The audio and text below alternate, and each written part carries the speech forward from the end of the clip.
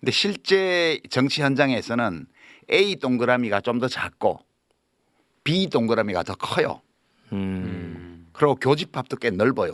제가 그렸던 그림보다는 제가 그 즉흥적으로 막 그날 그려서 그렇게 했는데 교집합이 좀 더 크고 그다음에 A보다 B 동그라미가 좀 더 큰 이게 현실 정치 비평 어떤 스피커들 세계를 나타내는 거예요. 여기는 이익 때문에 그 일을 하는 사람이 더 많아요. 기본적으로.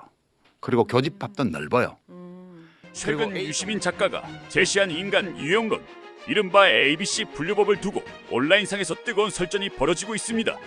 유 작가는 인간의 마음을 사회적 약자에 대한 공감 능력을 기준으로 세 가지 유형으로 나누어 설명했습니다.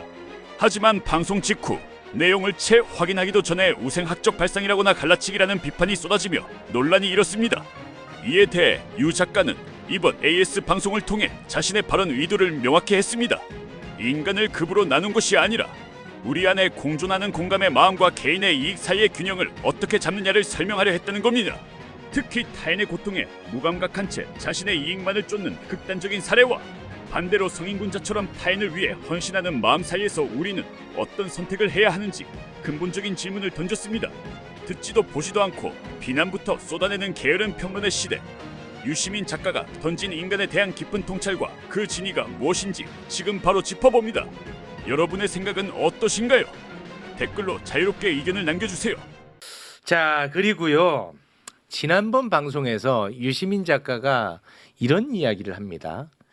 대한민국의 수없이 많은 평론가들, 논객들을 향해서 게으른 평론에 대해서 지적을 했어요. 야, 그런데 이번에도 정말 매불쇼를 그냥 아예 보지 않고 어마어마하게 화를 냈던 사람들이 너무 많이 발생을 했어요. 그렇죠. 야, 난 이걸 보면서 정말 너무 안타깝던데 저는 그걸 보면서 어떤 생각을 했냐면 유시민이 무슨 말을 해도 너가 하는 말은 다 틀렸어 라는 마음의 준비가 돼 있는 것 같아. 이미 어. 그거는 약간 우리 작가님 개인적인 걸 떠나서 뭔가 쌓인 게 지금 터진 거예요? 아니면은 지금 ABC에 불만이 생긴 거예요? 저는 그 약간 ABC랑 관련 없고 그렇죠. 유시민이 그러니까 듣지도 않고 보지도 않고 유시민이 너가 무슨 얘기를 하더라도 나는 화낼 준비가 돼 있다.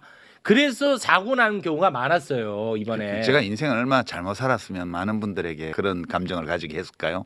그건 아니죠. 아니, 그래도 그 논평을 하는 사람들이 그런 태도를 취하는 건 잘못된 거죠. 제가 그래서 반대로 한번 생각을 해봤습니다. 유시민 작가님이 그 열심히 설명해 주셨던 종이 한 장의 ABC를 제가 만약에 이 자리에서 했으면 이렇게까지 이슈가 됐을까? 이슈가 아니라 편집이 됐을 거예요. 죄송합니다. 네, 죄송합니다. 중간에 죄송합니다. 편집 또는 녹화 중간에 최우 씨가 정리해 주시고요. 오늘 처음 뵀거든요. 죄송합니다. 네. 그래서 딱 그 정도로 저는 보고 있다 이렇게 네. 전해드립니다. 그래서 참 개인적으로 많이 아쉬웠다 그 점이. 네. 심지어 매불쇼의 이번 바로 그 딱 앞부분 그조차도 보지 않고 유시민 작가를 비난하는 사람들도 많이 있었는데 그 중에 하나가 바로 이 책에 대한 이야기였습니다. 이 책에 대해서 분명히 유시민 작가는 나 재능 기부한다고 그쵸? 얘기했거든. 네. 그런데 또 너 장사로 나왔냐? 너가 경제적 이득을 보지 않느냐라고 맹비난을 하더라고. 너무나 안타까웠습니다. 그 덕분에 책 광고 한 번 더 들어갑니다. 네. 제목 그 책이 나왔네요 그 네. 사이에. 예, 사랑이 오늘 인쇄소에서 떨어졌어요. 사랑이 있으니 사라집디다 네. 이런 책이네요. 저도 아직 안 읽어봐가지고. 저는 저작권이 없어요 이 책에 대해서. 컨텐츠가 제게 아니기 때문에 저는 기술적인 지원만 한 거고 이 강순희라는 이 할머니하고 사구통일평화재단이라는 요 재단 거기서 저작권을 갖고 있는 거고 저는 그냥 재능 기부만 진짜 한 거예요. 네. 저는 인쇄하고는 아무 상관이 없고요. 저 개인적으로는 왜 이걸 쓰게 됐냐 하면 우리가 이제 노무현 대통령 돌아가셨을 때 막 수백만 명이 조문을 하고 그랬잖아요. 네. 그리고 우리 이한열 열사나 박종철 열사에 대해서는 참 많은 추모 행사도 지금도 하고 있습니다. 근데 과거에 독재 시절에 죽임을 당하거나 혹은 그의 항의에서 스스로 목숨을 끊거나 이런 분들 중에 우리가 모르는 분들이 참 많아요. 그렇죠. 네. 왜냐하면 그분들이 결과적으로 무슨 큰 업적을 낸 것이 없기 때문에 저는 사실 지난 시기를 거쳐오면서 그런 분들에 대해서 내가 충분한 애도를 했는가에 대해서 늘 상당한 고민이 있었어요. 근데 이분이 남편 되는 분이 1975년 4월 9일 새벽에 사형당했단 말이에요. 죄도 없이. 그리고 2007년도에 재심 무죄 판결을 받았습니다. 근데 그 8분을 박정희 정권이 대법원 확정 판결이 나고 나서 24시간도 안 되어서 4월 9일 새벽 5시 반에 첫 번째 사형 집행을 했고요. 오전 8시 반까지 30분 간격으로 8명을 하나하나 끌어내서 서울구치소에서 사형 집행을 했습니다. 그 이제 우홍선이라는 분이 4번째로 사형당한 분이고 이 저자가 이 구술 녹취록의 주인공이 그 부인이세요. 저는 구술 기록들을 보고 그걸 문장을 다듬고 하면서 저 개인적으로는 이 재능 기부 과정이 충분치 않다고 늘 느꼈던 애도의 과정, 그거를 그래도 좀은 하게 되었다라는 그런 만족감이 있어요. 저한테는. 충분치는 않지만 내가 하고 싶었던 만큼 못했던 애도의 과정을 하게 됐구나라는 그런 걸 느꼈고요. 이제 우리 시민 여러분들도 그 점을 생각하면서도 애도할 방법도 모르겠고 네. 애도를 표현할 기회도 없고 이랬던 분들이 많으실 거라고 봐요. 이 이야기는 그 사건에 관한 이야기만 담고 있는 것이 아니라 그 강순희라는 어떤 한 사람의 일생에 대한 그 사람의 인생에 대한 얘기를 담고 있어요. 그래서 저는 인생 철학적으로도 굉장히 읽을 만한 책이라고 봤고요. 굉장히 이제 소위 말하는 멜로적인 요소가 많아요. 그 연애 이야기, 처음 만났을 때 첫 데이트 이야기, 이제 그다음에 뭐 남편이 준 쌍가락지의 행방 이런 등등 해서 정말 그 하나하나가 어떤 소설이나 영화감이 될 만한 작은 스토리들이 안에 되게 많아요. 예, 그래서 이 책을 읽으면서 그런 애도라는 것은 우리가 어떤 것을 상실했을 때 그것을 받아들이는 과정을 말하는 거거든요. 애도가 충분치 않으면 각자의 마음에 짐이 남아요. 그늘이. 그 그늘을 없애려면 적절한 애도의 과정을 밟아야 되거든요. 그래서 네. 우리 현대사에서 억울하게 희생당한 분들에 대한 애도의 시간으로서 이 책을 읽는 것이 상당히 괜찮을 것 같다는 생각이 제가 자료를 보면서 들어가지고 네. 글 쓰기로 했던 거거든요. 아유. 그래서 뭐 제가 자신 있게 권합니다. 네. 예, 이것은 윤석열의 12.3 계엄이 성공했더라면 다시 왔을지도 모를 오래된 미래였어요. 우리에게. 그렇지. 아, 예. 오래된 미래였다. 야. 예. 기가 막힙니다. 작가야. 제가 성역이라고 아. 말씀드리니 알겠죠? 야, 요거는 조금 수긍이 된다. 제가 못하는 걸 하는 분이세요. 너무 감사하고 네. 그리고 삶 자체가 진짜 그때도 제가 말씀드렸지만 품격이 있습니다. 네. 네. 이런 유시민을 왜 그렇게까지 미워하는지는 솔직히 제가 좀 동의가 안 됩니다. 이런 얘기하면 또 저도 같이 욕 먹겠지만. 네. 유시민 작가님을 미워한다기보다는 유시민 작가님 하면 떠올려지는 어떤 그런 사람들 때문에 유시민 작가님이 타격이 된 게 아닐까? 이런 누가 생각도 해요. 떠올려지는데요? 김어준 씨. 이거 끝까지. 그러니까 뭔가 쌓여왔던 그 답답함이. 아, 그래요? 괜히 이제 그분은 이제 다른 방송도 안 나오시니까 제 친구들도 유시민 작가님은 김어준 지키려고 이러나 막 이런 얘기도 막 하기도 하고 약간 막 떠올라서 더 그렇게 되는 건가? 그러면 아주 짧은 그런 질문. 의심. 그러니까 김어준 밑에 나를 놨다는 거예요. 우리 MC민도 웃을 수가 없는 게 지금 팀 김어준이라고 불리고 계세요. 제가 이 얘기도 내가 수차례 얘기를 했습니다만 굉장히 그 논쟁적으로 굉장히 큰 이슈마다 저는 항상 논조가 달랐다는 거. 내가 이걸 언제까지 설명해야 되냐. 안 듣는다니까 아무리 설명해도. 그래서 정말. 욱하는 거 보니까 최욱은 분명 B다. B욱이다. 이제 이렇게 또 됐어요. 네. 자, 뭐 B, A 또 나오네요. 네. 알파벳. 네. 우리 자, 오늘 격조 있는 이런 서비스를 하기로 한 거 아닌가? 그렇습니다. 네. 네. 그렇습니다. 자, 그러면 지난번 방송이 나간 이후 반응들에 대해서 유시민이 답하는 형식으로 진행을 하면 될까요? 네, 좋죠. 네, 아, 네, 네, 네. 네, 좋습니다. 근데 유시민의 답에 앞서서 저는 개인적으로 굉장히 좀 속상하고 안타까웠던 평가가 뭐냐면 이제 어느 정도 안정 국면으로 가는데 유시민 너가 다시 또 갈등을 부추겼다. 아, 맞아요. 요게 저는 개인적으로 가장 좀 가슴이 아팠던 대목입니다. 답을 할까요, 제가? 저는 이미 존재하고 있는 갈등, 표출된 갈등이 왜 일어나는지를 이해하고 설명하는 하나의 도구를 제안한 거예요. 네. 제가 그 갈등을 만든 게 아니고요. 그러니까 이 이재명을 내걸고 막 이상한 행동을 하는 사람들, 그다음에 뭐 명심을 막 내세우는 분들, 이런 정치인들이 왜 생기느냐, 그리고 그들이 왜 그런 식으로 행동하느냐를 사람들이 궁금하게 여기기 때문에 저도 오랫동안 생각해 보다가 아 이렇게 설명하면 제일 잘 이해가 돼. 그래서 그 틀을 제시한 거거든요. 네. 완벽할 리도 없고 유일한 설명도 아니지만 네. 우리가 그걸 이해할 수 있는 여러 가능한 틀 중에 하나를 제공한 거예요. 그러니까 이게 문제가 있으면 비판하면 돼요. 네. 근데 그 갈등을 제가 일으킨 게 아니잖아요. 그러니까 있는 현상을 분석을 하는데 벤다이어그램 틀을 활용을 한 거고. 그렇죠. 근데 그게 왜 의미가 있다고 저는 생각했냐면 그 사회 현상을 잘 모르는 사람들은 이 혼란의 소용돌이에 같이 휩쓸려 빠질 수가 있어요. 그런데 이 현상을 제대로 분석을 하고 우리가 같이 공감한다면 이 소용돌이에 안 빠져들 수가 있다. 네. 저는 그런 측면에서 의미가 있다고 봤거든요. 이게 많은 사람들에게 받아들여지면 유효한 분석들이 되는 거고 네. 그 받아들여지지 않으면 그 폐기되는 거죠. 근데 지금 유튜브 이제 저널리즘이나 혹은 재래 언론 쪽에서 나오는 걸 보면 진짜 쓸데없는 말을 한 것 같아 내가. 근데 아닐걸? 아니걸.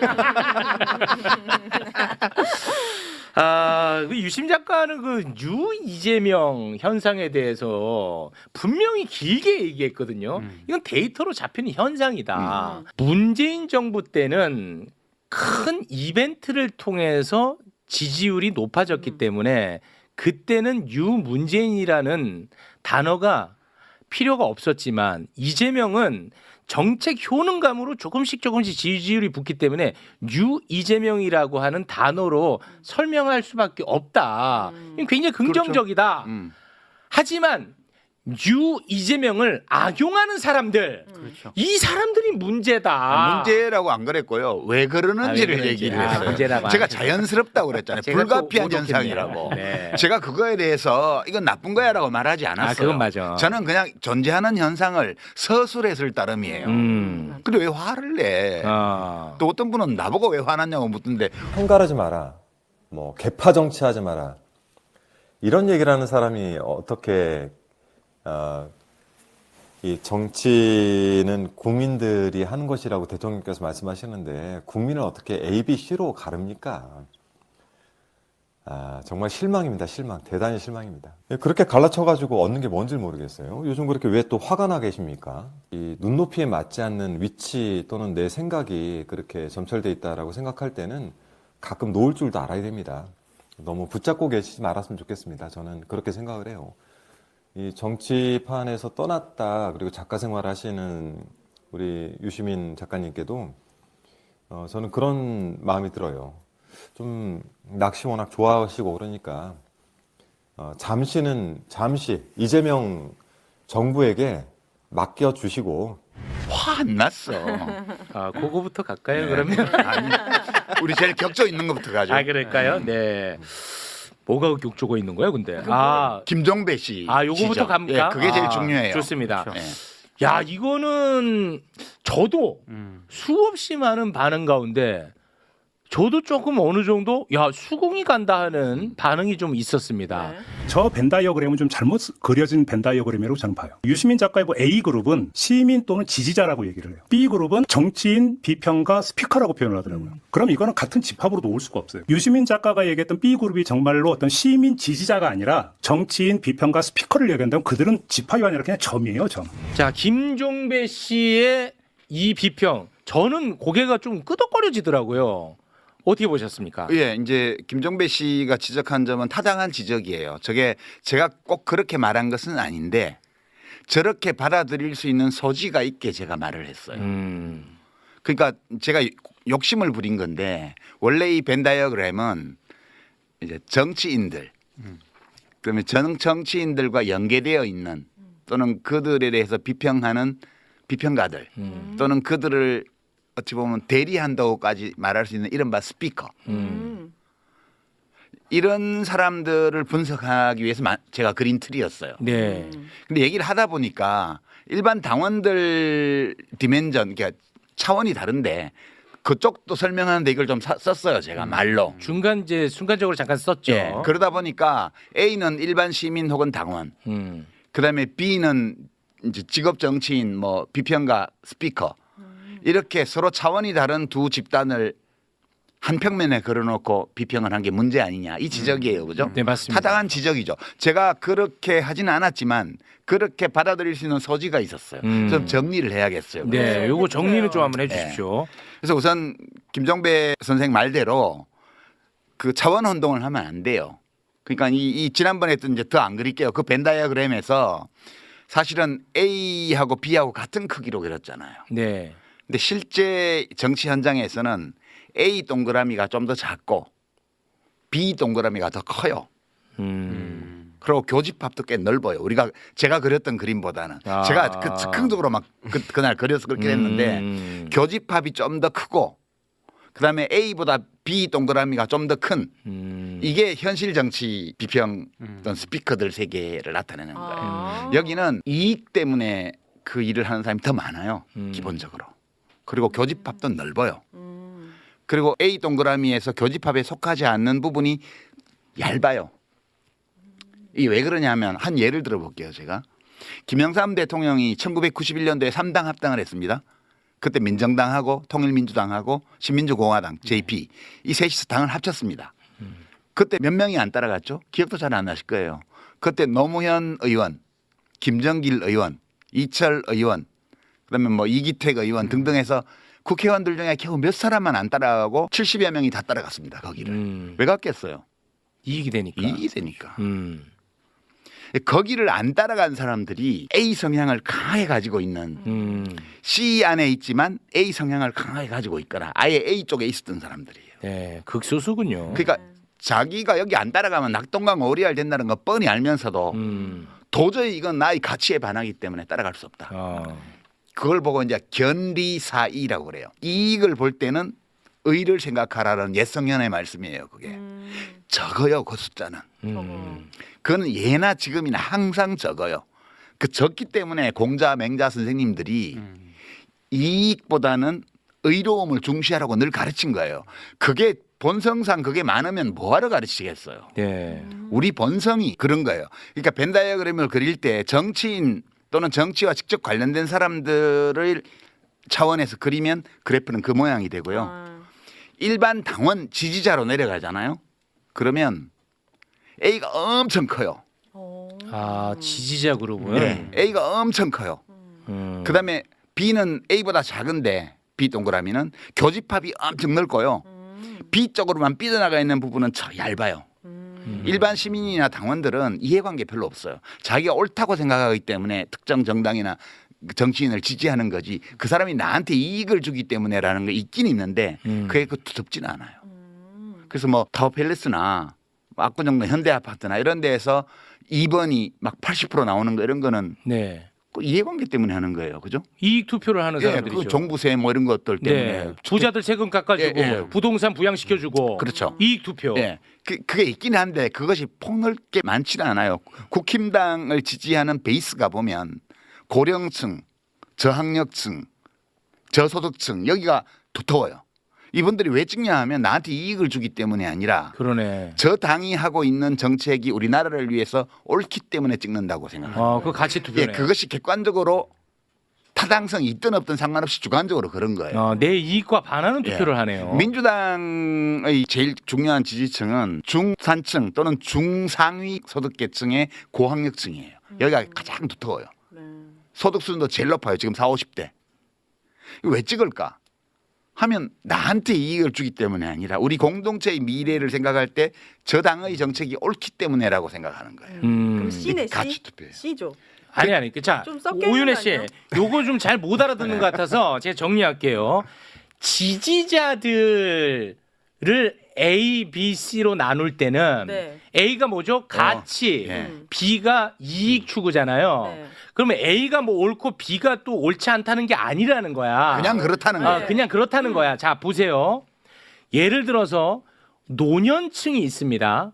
그럼 노인 복지는 원래 진보 아젠다예요.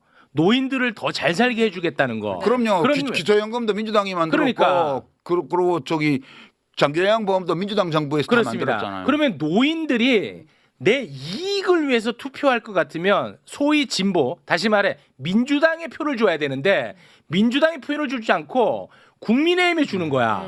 내 이익과 반하는 투표를 하잖아요. 네. 가치 투표. 요게 가치 투표야. 이해했는데 거기까지. 그러니까 그렇죠. 네. A랑 B 중에 뭐가 더 우고 뭐가 열이다가 말할 수가 없잖아. 네. 됐죠? 네. 네.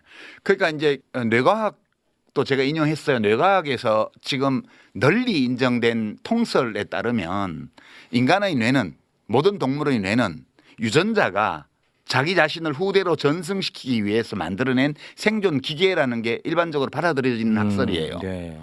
그게 생존이 생존하기 위해서는 돈 벌어야 되고요. 그죠? 재산 늙어야 되고요. 네.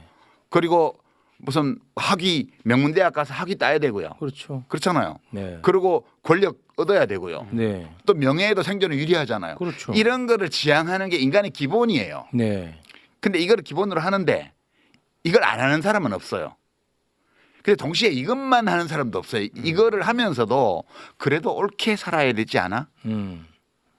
멋있게 살아야 되지 않아? 훌륭한 인생을 살아야 되지 않겠어? 이 생각도 동시에 해요. 제가 A와 B를 나눈 것은 어떤 분들은 그렇게 두모 자르듯이 칼로 자르듯이 잘라지는 거냐? 안 잘라져요. 인간은 누구나 이 두 개를 다 갖고 있어요. 옳게 의미 있게 훌륭하게 살고 싶은 마음과 생존에 유리한 어떤 것을 내가 가지고자 하는 마음과 이 두 개를 갖고 있는데 사람에 따라서 어떤 것이 우세해요. 이렇게 확연하게 우세한 사람들이 이익에 대한 생존에 대한 것이 우선 어떤 사람이냐 하면 정부가 어떤 정책을 딱 냈어요. 그럴 때 반응이 두 가지로 갈립니다. 이거 나한테 이익이야 손해야? 이 생각부터 하는 사람이 있어요. 이게 세상에 좋은 거야 나쁜 거야? 이 생각부터 하는 사람이 있어요. 이게 어떤 생각을 먼저 하느냐는 거예요. 물론 이게 옳은 거야 아니야 먼저 떠올리는 사람도 근데 나한테는 이게 이익이야 손해야도 생각해요. 우선순위가 다르다는 네, 거지. 네. C는 뭐냐? C는 그 두 개 사이의 균형을 취하려고 노력하는 거예요. 그러니까 사회적 약자에 대한 공감을 심하게 해버리는 사람은 마더 데레사나 마하트마 간디나 이런 사람처럼 돼버려요. 그러니까 이 종교 성인들이 다 그런 사람들이에요. 극단적으로. 네. 그 반대쪽이잖아요. 반대쪽이 윤석열 같은 사람. 네. 돈이 뭐 몇 조 있으면서 또 뭐 탈세하고 이런 사람. 그런 사람들이 B의 극단이에요. 이게 전혀 다른 종이 아니에요. 이걸 가지고 무슨 우생학이다 이렇게 말하는 사람도 있고 좀 듣고 말을 하세요. 듣고 내가 말을 하는 거를. 그렇게 나눈 거고요. 이 C는 그 두 마음을 다 가지고 있는데 늘 살피는 거예요. 이게 지나치지 않을까. 네. 어느 쪽으로. 그래서 공감하면서도 제한하죠. 내가 어디까지 뭘 해줄 수 있지? 그래서 마더 데레사처럼은 안 되고 기회 있을 때 기부를 한다든가 봉사를 한다든가 이렇게 하는 거예요. 자기 할 수 있는 만큼. 제가 결론은 그거였어요. C가 굉장히 넓게 포진하고 있는 사회는 좋은 사회가 될 가능성이 많고 근데 C가 제일 많지 않아요? 전 상식적으로 C가 제일 주변에 많은 것 같은데. 정치권에는 그렇지 않아요. 아 정치권. 정치권에는 약간의 그 A가 있고요. 그다음에 상당한 규모의 C가 있고요. 근데 B가 제일 많아요. 제가 겪어본 바로. 그래서 정치권에? 예, 100년 전에 그 독일 사회학자 많이 인용하죠. 막스 베버. 막스 베버는 A와 B를 어떻게 나눴냐면 A에 속하는 또는 최소한 C에 속하는 정치인을 정치를 위해 살아가는 사람. 그다음에 A, C를 제외한 나머지 있잖아요. 네. 요 사람들을 정치로 살아가는 사람. 정치로 살아가는 사람. 네, 정치로 살아가는 사람. 그래서 이 분류를 다른 식으로 하는 사람들은 정치인과 정치 자영업자 이렇게 표현하기도 해요. 이 분류법은 굉장히 오래된 분류법이에요. 네. 용어가 달라서 그렇지. 제가 분석한 바로는 일반 국민 또는 지지자, 당원 차원에서는 A가 엄청 원이 크고요. 네. B는 그보다 작고요. B 안에서도 C가 많아요. 정치권으로 오면 B가 원이 훨씬 크고 A 쪽으로만 나가서 얇아요. 그리고 그나마 C가 조금 있고 그리고 대단한 지도자들은 대부분 C에서 나온다. C도 다 똑같지는 않고 A 성향이 강한 C가 있고 뭐 그렇겠죠. B 성향이 좀 더 강한 C가 있어요. 그런 차이가 있기는 하지만 기본적으로 C에서 지도자가 나올 때 사회가 안정되고 잘 발전할 수 있다. 그게 저희 결론이었어요. 네, 맞습니다. 여기 뭐가 문제가 있기에 골품제 하냐, 뭐 네, 우생학하냐. 우생학하냐 이런 얘기가 왜 나오는지 난 그러니까 우리가 비평을 할 때는 상도덕을 최소한 지키자고. 매불쇼 조회수 1은 올려주고 비평해야지. 싫거든. 매불쇼 조회수 1 올려주겠어. 1도 안 올려주고 어떻게 비평을 하냐고.